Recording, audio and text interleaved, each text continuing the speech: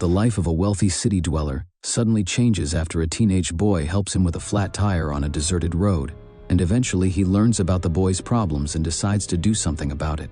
Let's find out what the ending of this story will be together. It was one of those days when the air felt thick, not with humidity, but with that suffocating weight of monotony.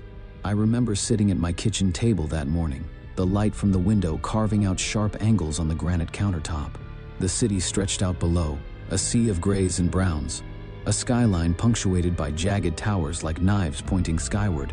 Camden Heights, the financial district of Osborne City, thrived on its hustle, and I had thrived with it until now. I had always been a man of precision. My schedule was a symphony of meticulously aligned appointments. Breakfast at 7 a.m., out the door by 7:30, in the office by 8:15 sharp. No margin for error, not in business, not in life. But that morning, something felt off. Perhaps it was the dream, a fragmented, nonsensical thing, images of winding roads and a figure standing at a crossroads. Or perhaps it was the way the coffee tasted faintly bitter, despite being brewed the same way it always had been. Whatever the reason, by the time I slipped into my black sedan and eased onto the expressway, I couldn't shake the unease that had settled like a stone in my chest. The day started unraveling around mid-afternoon. I was driving out of the city, heading to the Pinecrest Golf Club for a networking lunch. Route 41 stretched out before me, a serpentine road flanked by towering pine trees. I hated leaving the city, hated the emptiness of these rural outskirts. It felt like stepping into an unfinished painting, all muted greens and browns with no life to animate it. Then came the inevitable, a sudden thump, followed by the unsettling thwop-thwop of a flat tire. I cursed under my breath, yanked the steering wheel, and pulled over to the gravel shoulder. Dust billowed around the car, curling like smoke in the stifling summer air. I climbed out, the sharp tang of pine and gasoline biting at my nose. The rear tire was a shredded mess, its jagged rubber edges like teeth. I stared at it, debating my options. No service stations for miles, no signal on my phone, and no clue how to fix a tire myself. My hands hovered uselessly by my sides. It wasn't long after I stood there, dumbfounded and glaring at the shredded tire, that I noticed him. A boy, maybe 16, walking along the edge of the road, a beaten-up backpack slung over his shoulder. His hair was shaggy, his sneakers scuffed, and his t-shirt had seen better days. I wouldn't have pegged him as the helpful type. Maybe it was the headphones around his neck, or the way he had his hands shoved in his pockets, like he had better things to do. But when he got close enough to see the flat tire, he stopped, cocking his head. "Need a hand?" he asked, his voice casual. I blinked, thrown off by the question. Yeah, flat tire." He looked at me like I just stated the obvious. "Got a spare?" "Yeah, but..." I trailed off, motioning vaguely at the car. "Never done this before." To my surprise, he grinned, dropping his bag onto the gravel. "Good thing I have. Pop the trunk." For a moment, I hesitated. Was it safe to let a stranger fiddle with my car? But what choice did I have? He didn't seem threatening, just a kid, lanky and confident, like he'd done this 100 times before. I opened the trunk and stepped back, watching as he rummaged through the tools with ease. "Name's Jake, by the way," he said over his shoulder. "You?" "Ethan," I replied. "Nice to meet you, Ethan," he said, pulling out the jack. His hands moved with practiced efficiency as he set it up. "You might want to grab some gloves. This gets messy." I nodded and retrieved a pair from the trunk, though it felt strange standing there, watching someone else do the work. He loosened the lug nuts with the wrench, muscles in his thin arms flexing with effort. "You ever think about learning how to do this?" he asked, his tone teasing but not unkind. I shrugged. "Never thought I'd need to." "Well, you're learning now. Watch closely." He went on to explain each step, his voice patient and clear, like a teacher guiding a clueless student. Despite myself, I found his confidence reassuring. Within 15 minutes, the job was done. He stood up, brushing dirt off his jeans. "There, good as new." I reached for my wallet. "Let me pay you for..." He held up a hand, cutting me off. "Nope, just helping out. Besides, you looked like you could use it." The honesty in his voice stopped me. He didn't say it with pity or judgment, just matter-of-factly, like he understood something about me I didn't. Before I could argue, he grabbed his bag and started walking away. "Hey," I called after him. He turned, eyebrows raised. "Thanks." He smiled, a quick, easy grin.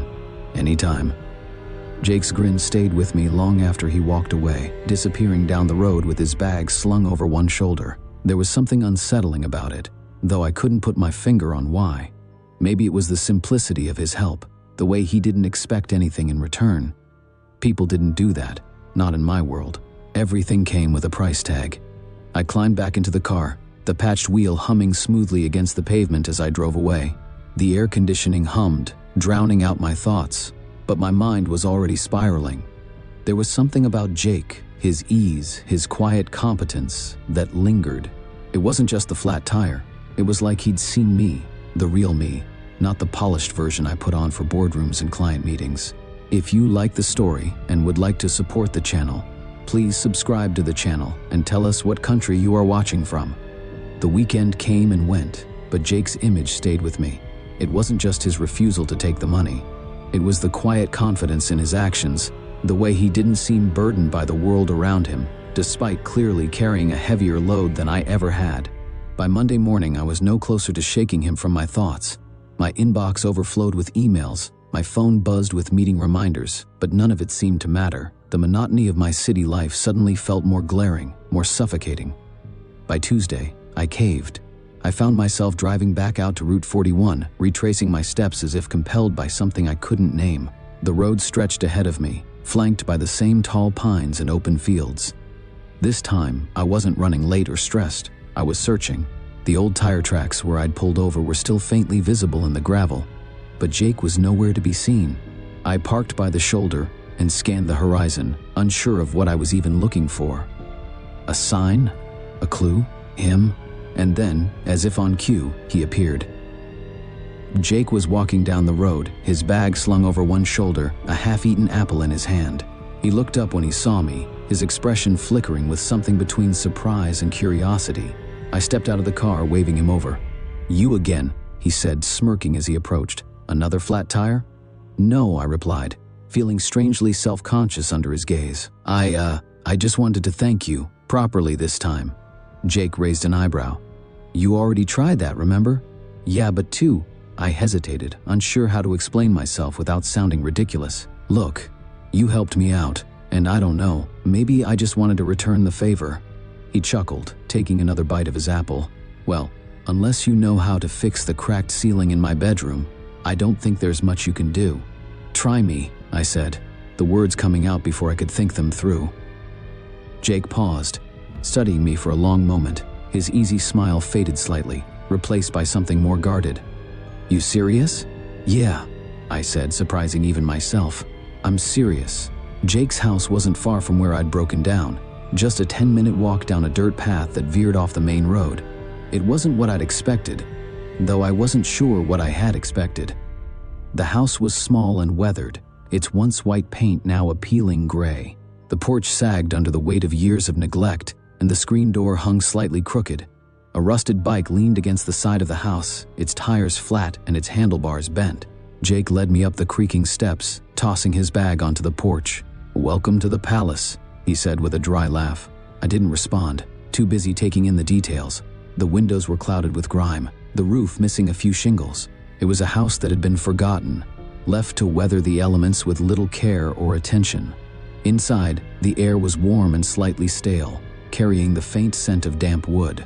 The living room was sparsely furnished, a threadbare couch, a wobbly coffee table, a TV that looked like it hadn't been turned on in years.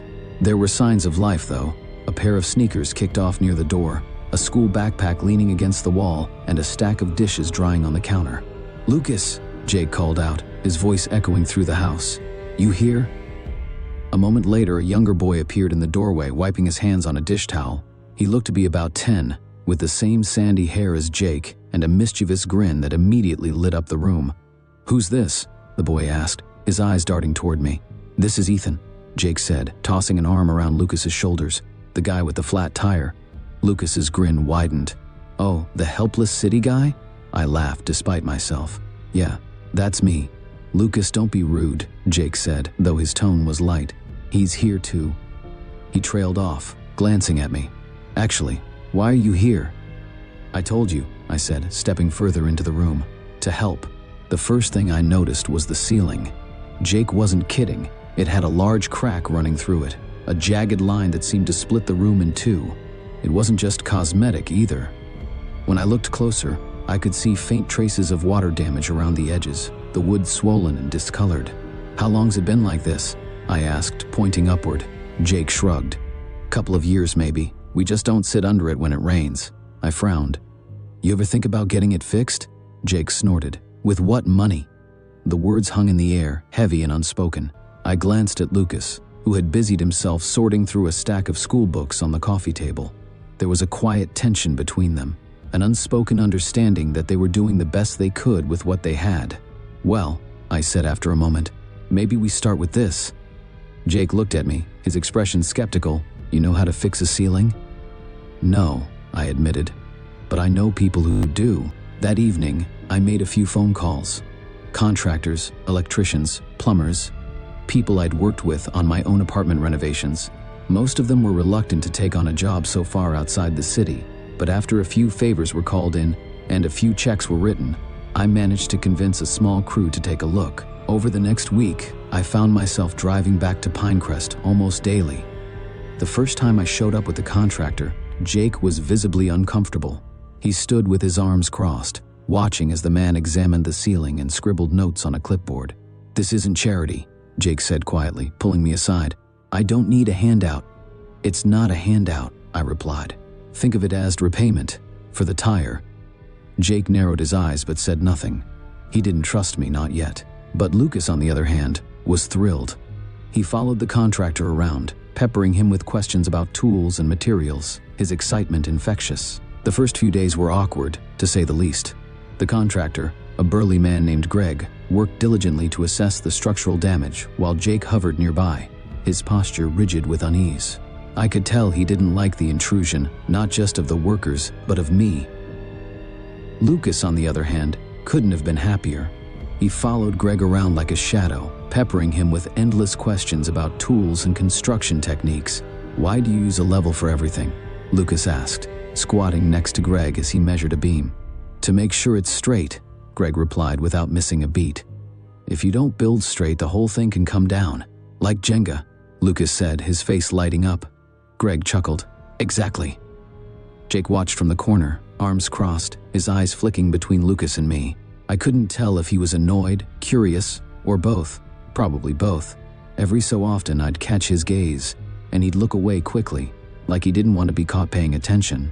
By the end of the first week, we'd patched the crack in the ceiling and fixed the worst of the water damage. Greg even replaced a few shingles on the roof to prevent future leaks. The house was still rough around the edges, but it felt like progress, small steps towards something better. "Stay for dinner," Lucas said one evening, his face bright with excitement. He'd taken a liking to me in a way that was both endearing and surprising. "Jake makes spaghetti and it's really good." I glanced at Jake, half expecting him to shut the idea down, but he just shrugged. "Sure, if you want." It was the first time I'd been invited to sit down with them. The kitchen was small but cozy, the table pushed up against the wall to make room for the mismatched chairs. Jake cooked while Lucas set the table, chattering the whole time about school and soccer. I sat back, watching the easy rhythm between them. The kind of unspoken understanding that only comes from years of relying on each other. When the food was ready, we sat together, and for the first time, I saw Jake relax. He wasn't the guarded teenager from Route 41 anymore. He was just a kid trying to keep his family together. He laughed at Lucas's bad jokes, rolled his eyes when the younger boy spilled sauce on his shirt, and even cracked a few jokes of his own. "You're good with him," I said at one point, nodding toward Lucas. Jake shrugged, twirling spaghetti around his fork. "Somebody's gotta be." There was a heaviness in his voice that caught me off guard. I wanted to ask more, but I didn't, not yet. It wasn't long before I learned more about their situation than I expected. One morning, I arrived to find a woman standing on the porch. She was tall and thin, her face lined with exhaustion, her hair pulled back in a loose ponytail. She looked out of place, her expensive handbag clashing with the peeling paint of the house. "Who are you?" she asked, her voice sharp. "Ethan," I said, extending a hand. "I've been helping Jake and Lucas with some repairs." She didn't take my hand. Instead, she folded her arms across her chest, her eyes narrowing. "Well, I'm their mother, Sarah." The way she said it was almost defensive, like she needed to remind herself as much as she needed to tell me. Jake appeared in the doorway a moment later, his expression darkening when he saw her. "What are you doing here?" he asked, his voice cold. "I came to see my boys," Sarah said, her tone softening slightly. "Do I need a reason?" Jake didn't respond, but the tension between them was palpable. Lucas peeked out from behind Jake, his face lighting up when he saw Sarah. "Mom!" He ran to her, throwing his arms around her waist. She hugged him back, her eyes flicking toward Jake, who remained rooted in the doorway. "I've missed you," Lucas said, his voice muffled against her jacket. "I've missed you too, sweetheart," Sarah replied, her voice breaking slightly. She glanced at me again, her gaze lingering for a moment before returning to Jake. "Can we talk?" Jake hesitated, then nodded. "Fine, inside." I stayed outside, giving them space, but even from the porch I could hear their voices, low and tense, punctuated by moments of raised volume. I couldn't make out the words, but I didn't need to. It was clear this wasn't a happy reunion. When the door finally opened, Sarah stepped out, her face tight with emotion. She looked at me briefly, then walked down the steps and disappeared down the road. Jake emerged a moment later, his shoulders slumped. "She left?" I asked carefully. "Yeah," he said, his voice flat. "Is she?" "She's not coming back," he said, cutting me off. "She just wanted to check in, make sure we're not dead or something." I didn't know what to say. Jake leaned against the porch railing, staring out at the road where Sarah had vanished. "She does this every couple of months," he said finally. "Shows up, makes promises, then disappears again. Why?" Jake shrugged, but the tension in his jaw gave him away. "She's got her own problems, I guess." Over the next few weeks, I threw myself into the repairs with renewed focus. It wasn't just about the house anymore, it was about them. Jake and Lucas deserved better than what they'd been handed, and I wanted to give it to them. The more time I spent with them, the more I began to see the cracks in my own life. The long hours, the endless meetings, the empty apartment, it all felt meaningless compared to this. Here, in this tiny, run-down house, there was something real, something worth holding on to. Jake, however, remained wary. He helped with the repairs, cracking the occasional joke, but he kept me at arm's length. It wasn't until one evening, after a long day of work, that he finally let his guard down. "Why are you doing this?" he asked, his voice quiet. I paused, caught off guard by the question. "Because I want to help." "But why us?" he pressed, his eyes searching mine. "You don't even know us." "I know enough," I said. "I know you're a good brother. I know you're trying to hold things together for Lucas.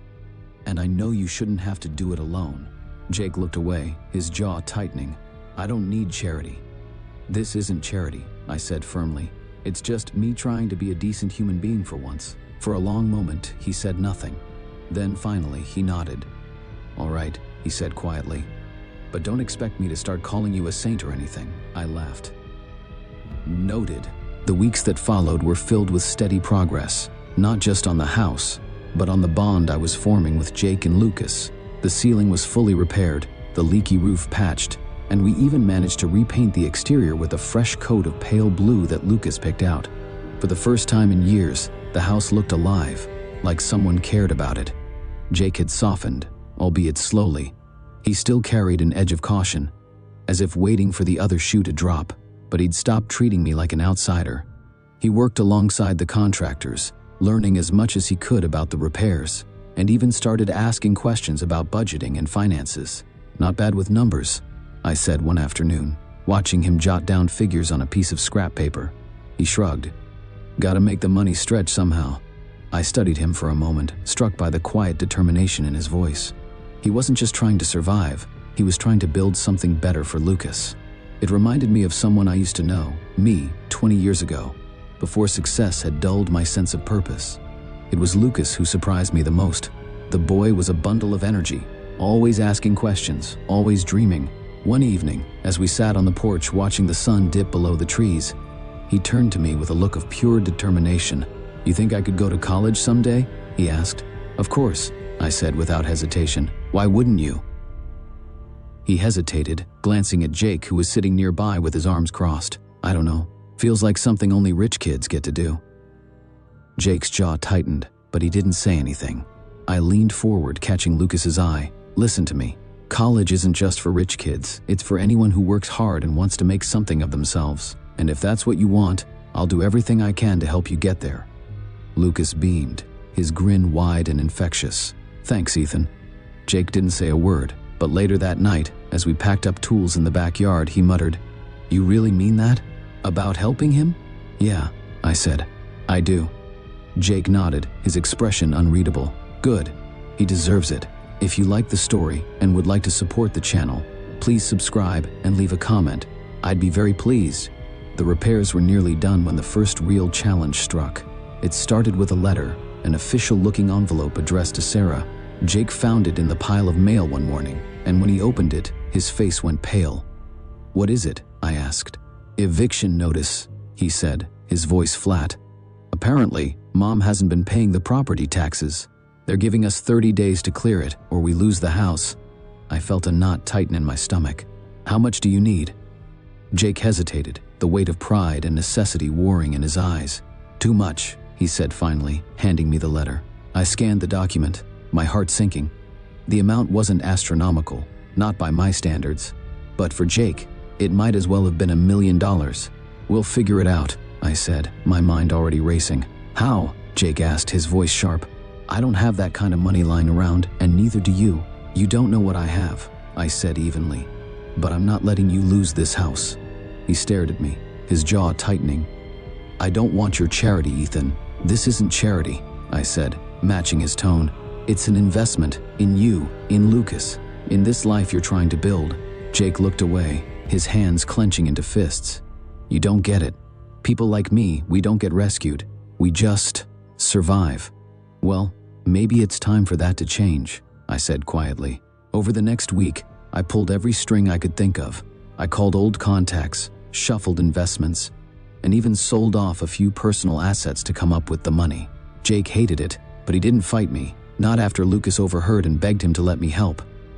"You always say family comes first," Lucas said one night, his voice trembling. "Ethan's trying to be part of our family, Jake. Don't push him away." Those words seemed to break something in Jake. He didn't thank me, not outright, but he stopped arguing. Instead, he threw himself into making the house as perfect as it could be, as if determined to prove that the help hadn't been wasted. The night before the eviction deadline, Sarah showed up again. She looked more frazzled than before, her hair unkempt and her eyes red. She stood on the porch clutching a small bag, her gaze flicking nervously between Jake and me. "I heard about the notice," she said. "I thought maybe I could help." "How?" Jake asked, his voice cold. "You've got nothing." Her face crumpled, and for a moment I thought she might walk away again. But then she said, "I know I've messed up, Jake, but I want to make things right. I want to come back. For you. For Lucas." Jake didn't respond right away. His hands were clenched at his sides, his jaw tight. Finally he said, "It's not about us anymore, Mom. It's about Lucas. You're either here for him or you're not." "I'm here," she whispered. "I promise." We paid off the debt the next morning. The house was officially theirs, free and clear. The relief on Jake's face was almost imperceptible, but it was there. Lucas, on the other hand, was practically bouncing off the walls with excitement. "Does this mean we're not moving?" he asked. "Yeah, buddy," Jake said, ruffling his hair. "We're staying." That night we celebrated with a simple dinner. It wasn't much, just spaghetti and garlic bread, but it felt like a feast. For the first time, the house was filled with laughter, warmth, and something I hadn't felt in years, hope. In the weeks that followed, things began to settle. The house repairs were completed, Sarah moved back in, and Lucas started talking about college like it was a real possibility. Jake even mentioned getting his GED and looking into trade schools. As for me, I found myself spending more time at the house than in the city. My job, my apartment, my carefully curated life, it all seemed hollow now. Here, with Jake and Lucas, I'd found something real, something worth holding on to. Epilogue, belonging. One evening, as we sat on the porch watching the stars, Jake turned to me and said, "Why'd you do it? All of this?" I thought about it for a long moment before answering. "Because you reminded me of something I'd forgotten, that life isn't about what you have, it's about who you're with." Jake nodded, his gaze thoughtful. "Well," he said after a pause, "you're stuck with us now." And for the first time in years, I didn't feel alone. After the debt was cleared and Sarah moved back into the house, things didn't immediately fall into place. Life doesn't work like that. For weeks, There was a quiet tension hanging in the air, especially between Jake and Sarah. She tried in her own way to reconnect with her sons, but Jake's walls were firmly in place. I could see the battle raging inside him, wanting to trust her again but too afraid of the fallout if she left, like she had so many times before. Lucas, on the other hand, welcomed her back with open arms. He'd always been the optimist, the one who believed in second chances. Maybe it was his age, or maybe it was just who he was, a kid who refused to let the world harden him. For me, I became something of a fixture in their lives. I'd thought, after the house repairs and the eviction notice, that I'd quietly slip back into my old routine. But each day, I found myself driving back to Pinecrest, finding excuses to check in, bring supplies, or even just have dinner with them. One day, as we worked on installing shelves in Lucas's room, Jake finally broke the silence that had been brewing between us. "You know," he said, his voice casual but with a hint of something deeper, "you've done more for us than anyone else ever has, even more than her." He didn't need to say who her was. I set the power drill down and leaned against the wall, choosing my words carefully. I didn't do it to compare myself to anyone. I guess I wanted to be here. For you. For Lucas. Jake nodded, his eyes fixed on the shelf we were mounting. "Still, it's not something I'm used to. People sticking around. Maybe it's time to get used to it," I said quietly. Jake didn't respond, but his lips twitched into the faintest smile. A few weeks later, Lucas came running into the living room holding a letter. It came, he shouted, practically tripping over his own feet as he handed it to Jake. Jake frowned, unfolding the envelope. "What's this?" Lucas bounced on his toes, barely able to contain his excitement. "It's from the school, about that scholarship thing." Jake scanned the letter, his eyes widening slightly as he read. "You got in," he said after a moment, his voice tinged with disbelief. Lucas let out a whoop of joy, grabbing the letter and holding it up like a trophy. "I got in. I told you I could do it." "That's amazing," I said, grinning as Lucas did a little victory dance around the room. "What's the scholarship for?" "Science camp," Lucas said proudly. "They only pick a few kids every year and it's all paid for." Jake smiled, the pride in his eyes unmistakable. "You earned it, kid." Later that night, as we sat on the porch, Jake looked over at me. "That's all him, you know. I didn't push him to do it." "No," I said, "but you gave him the space to believe he could." Jake didn't say anything, but the look in his eyes spoke volumes. Lucas wasn't the only one making strides. One afternoon, as I helped Jake patch up the back fence, he mentioned something that caught me off guard. "So, I've been looking into this welding program," he said, almost casually, like it wasn't a big deal. I stopped mid-hammer. "Welding?" "Yeah," he said, not meeting my eyes. "It's at the tech school in town. They've got a 2-year program, and it's supposed to be pretty good."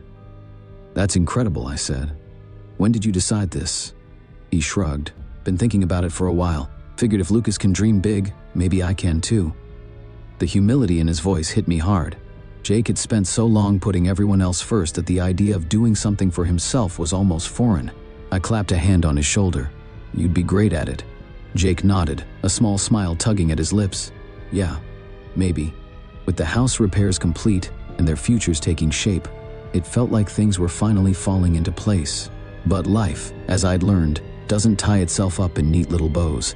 There was still Sarah. She was trying, in her own way. She'd gotten a part-time job at a diner in town, working mornings so she could spend evenings with Lucas and Jake. But the damage from her years of absence couldn't be erased overnight. Jake kept his distance, his walls as strong as ever. It all came to a head one evening, when she tried to talk to him while he was fixing the old bike in the yard. "Jake," she said, her voice tentative, "can we, I don't know, maybe start over?" He didn't look up from the bike. "Start over?" She took a step closer. "I know I messed up. I know I left when I shouldn't have. But I'm here now. Doesn't that count for something?" Jake stood, wiping his hands on a rag. "It's not about you being here now," he said, his voice steady but edged with pain. "It's about all the times you weren't." Sarah's eyes filled with tears, but Jake didn't falter. "I'm not saying I don't want you here, but it's going to take time, for both of us." She nodded, her voice barely above a whisper. "I'll wait." Months passed, and the house became more than just a home. It became a place of growth.